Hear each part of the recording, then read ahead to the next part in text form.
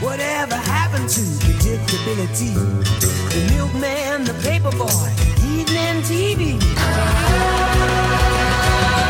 Everywhere you look, there's a heart, a hand to hold on to. Everywhere you look, there's a face of somebody who needs you. Everywhere you look, when you're lost out there and you're all alone, a guide is waiting to carry you home. Everywhere you look, everywhere you look.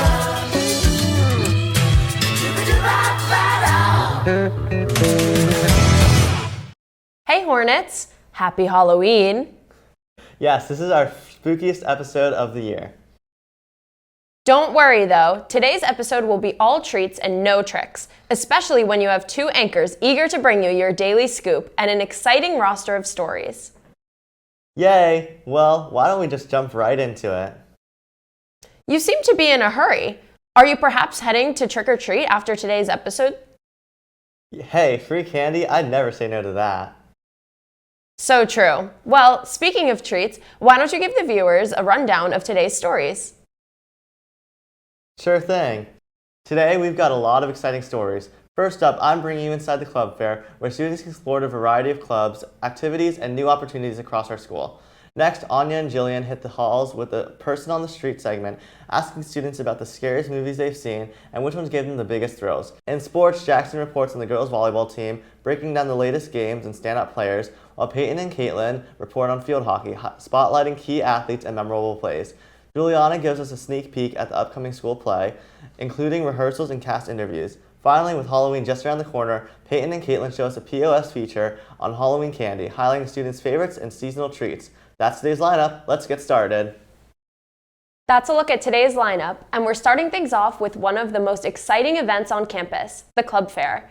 Students got to explore a variety of clubs, meet new people, and discover new opportunities. Here's our very own anchor Sebastian with a closer look at the action. Hey guys, we're here at the club fair at the beginning of the year. Let's look at all the clubs. Okay, so we're gonna go around. We're gonna talk to people about what clubs are interested in joining and also maybe see what some of these clubs are about. Let's get straight into it. I'm here with Sammy Vitolo and Layla Seloch. And what club do you guys represent? Team Unify. That's good. Tell me a little bit about your club and why people should join it. Team Unify is great because we work with the special education kids. We eat lunch with them. We played board games with them. It's just a great way to foster a relationship with people. And it's just a great community in general. I'm here with Izzy. What club are you representing? Yearbook. What is your club exactly and why should everyone join it?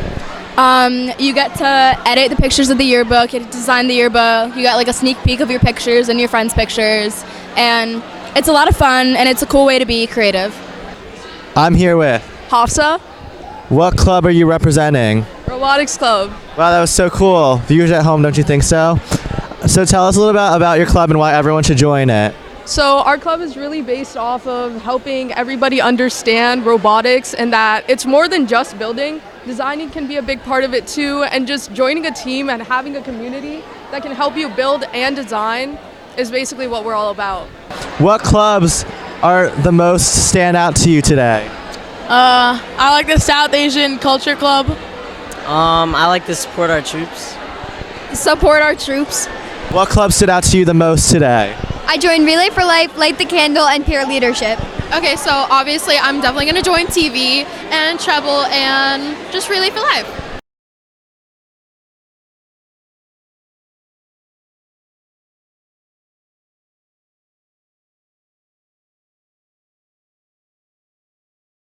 I'm here with Dr. Hertz. What is your role regarding the club fair? My role in the club fair this year is to oversee the organization of it, as well as work along with Dr. Arciero and the Student Advisory Board to help set it up and bring it to life as you see here today. What clubs stuck out to you from this experience? Every year I love the Robotics Club because of their unique way of presenting their club. I also like the cultural clubs and the way they try to entice all future members to their clubs. After seeing all the excitement at the club fair, it's clear that students at Homedale are keeping busy and finding ways to get involved. But not every story today is about fun and games. Some are about thrills and chills. With Halloween just around the corner, Anya and Jillian decided to hit the halls and ask students about the scariest movies they've ever seen. From jump scares to creepy storylines, they got a first-hand look at which films have been giving students the biggest frights. Here's a Person on the Street segment on scariest movies around campus. Hi, it's Anya. And Jillian. With the spooky season coming up, let's go see what the scariest movies people in Homedale have watched. What's the scariest movie you've ever watched? The Shining with Jack Nicholson. Why? Because my parents were having a date night, so I had to sit all by myself, and it was very scary. What's the scariest Halloween movie you've ever seen? Jezebel. Why? It's really creepy. It's like this mom is dead and she's coming to haunt her daughter, and she just tries to kill her repeatedly, and it just doesn't happen, and it's horrifying. What's the scariest Halloween movie you've ever seen? Spooky the Square Pumpkin. Why? I don't watch Halloween movies. Why was that the scariest? Oh. The Scarecrow he killed the pumpkins. What's the scariest Halloween movie you've ever watched? The Terrifier. What's the scariest Halloween movie you've seen? Honestly, I don't watch that many Halloween movies, but one of the scariest is Beetlejuice. What's the scariest Halloween movie you've ever watched? Hotel Transylvania. Why? Because of all the vampires sucking blood. What's the scariest Halloween movie you've ever seen? Coraline. Why? Because the buttons scare me. It's just very scary. I'm not a scary person. What's the scariest movie you've ever seen? Probably Pet Sematary. Smile. What's the scariest movie you've ever seen? The scariest movie I've probably seen is It Chapter 2. Why? It's just because of how he turns to this big spider, and it just kind of freaked me out of it. Seems like Homedale's seen a lot of scary movies. What's your favorite scary movie? Probably Hubie's Halloween. My favorite scary movie is Scream. Back to the studio.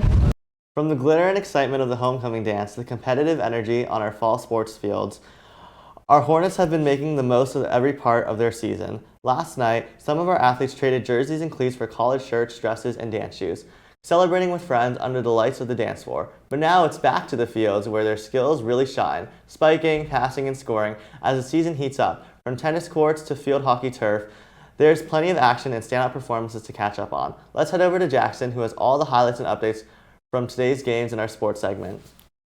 What's up, Homedale sports fans? I'm back again with our latest news about our favorite Hornet teams. To start, we got to cover the legendary season our very own girls volleyball team is having right now. Currently, they are number 2 in the Shore and the 16th team in the entirety of the state. And lucky me, I got to sit down with Coach Johnson and 2 of their players and talk about their successful season. Let's take a look at that and see what they have to say.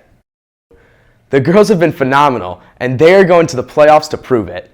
Next up is our very own football team. After a big 35-0 rivalry week win over Raritan, Homedale looks to keep it going versus Mid-North tonight on Rogie. Following this game, the team will make its 3rd straight appearance in the playoffs and hope to capture a championship. Following that, we have the girls soccer team, who are wrapping up a strong season after getting to the semifinals of the Shore Conference Coaches Cup. The girls have 2 games remaining versus Neptune and Manawan, and they hope to finish up their season with a bang. Finally, our girls tennis team has done it again. They've completed the four-peat with another sectional championship to their name. This adds to the extraordinary history that our girls tennis team has. That's all for our sports. Here's to good luck to all the teams in the remaining fall seasons. Back to the studio. From the intensity of the fields to the creativity of the stage, Homedale students have been busy showing their talent in every way possible. After all the spikes, passes, and goals in today's sports action, it's time to shift gears and step into the world of drama and performance. The school play is just around the corner, and rehearsals are in full swing as students bring characters and stories to life right here on campus. Juliana takes us behind the scenes for a sneak peek at what audiences can expect from this year's production. Hi, my name is Juliana Saveja, and I'm a freshman here at Homedale High School. Today I'm going to be interviewing a little bit about the fall play Puffs and what you can expect from it, and why you should come see it. Hi, who am I here with? I'm Samantha Ayers, president of HTG, and I'm playing Megan Jones in Puffs. Is there anything you can tell us about Puffs? It's a super magical adventure. A lot of people describe it as kind of an off-brand Harry Potter, but there's no actual mention of Harry Potter specifically in this. We don't use any of the same Harry Potter elements. As you can tell from a lot of the lines in the script, we don't have the same houses. They're named different things, but I believe they all still have the same symbol. So that's something pretty interesting. Yeah. Is there anything you can tell us about your character in specific that we should know? My character, she has a lot of character development. She basically goes through a bunch of, not episodes, but she has these little moments where she thinks that she's part of something else when she's not. She was sorted as a Puff, and she's very much in denial about that. So throughout the show, she'll consistently change her sweaters to correspond with what house she believes she's in. Is there any reason why we should come see Puffs in specific? It's super fun. It's probably one of my favorite projects that we've worked on. It's been such a fun experience. There's so many jokes. It's so funny. The audience can interact with them. It's a whole bunch of fun. I love it. Okay, well, thank you so much for letting me interview. Of course. Hi, my name is Juliana Saveja, and I'm interviewing Dr. DeVivo, the director of the fall play Puffs. Is there anything you can really tell us about Puffs? Puffs is a parody of the Wizarding World of Harry Potter. It's not a official entity within the world, so we've had to be very careful about what we can and cannot have on stage or show. And it's actually been very funny how they approach that to us, because it's a huge comedy. It's a farce. A lot of action, a lot of jokes, a lot of wild stuff. Is there anything you can really tell us about what we can anticipate from it besides of what you just said, like a lot of fun things I'm expecting? Yeah, well, the idea here is that what happened to all the other students when everything goes down at the wizarding school, and so this takes a comic look at that, all the characters in the background who maybe aren't so heroic or destined to be. Yeah. So what made you pick this show? This play is a lot of fun. Last year with Romeo and Juliet, it was a very strict tragedy, so this was going in the opposite direction. Yeah. Okay. Is there anything else you want to tell us about Puffs? Just come see Puffs. It's going to be a great time. You're going to have a lot of fun. Even if you're not familiar with the Wizarding World, there's a lot of fun stuff in there for everybody. You heard it here first from Dr. DeVivo himself. Come see the show. From the excitement of the stage to the treats of the season, Homedale students are showing off their talents in their sweet tooth. While rehearsals for the school play keep some busy, others are thinking ahead to one of the most anticipated parts of fall, Halloween. Peyton and Caitlin take a closer look at what candy students are loving this year, giving us an inside scoop on all the seasonal favorites. Here's our Halloween candy feature. Today we're here with Caitlin and Peyton, and we're going to be asking people what their least favorite Halloween candy is. Okay.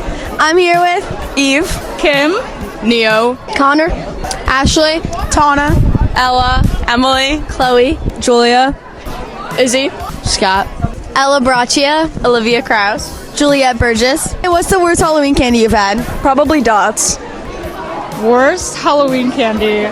Honestly, candy corn. I like candy corn, but on its own they're probably fine, but Warheads? Definitely Almond Joy. Jelly beans. Candy corn. Baby Ruth. Candy corn. Candy corn. Probably Tootsie Rolls. And Almond Joy. They're horrible. The Almond Joy. And Almond Joy. Almond Joy. Snickers. Yum. What a great way to end the show. I know, who doesn't love candy?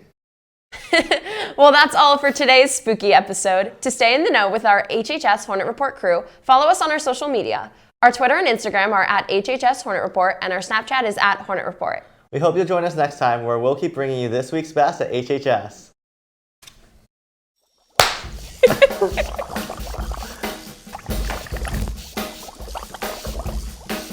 I was working in the lab late one night when my eyes beheld an eerie sight. For my monster from his slab began to rise, and suddenly, to my surprise, he did the monster mash. It was a graveyard smash. It caught on in a flash.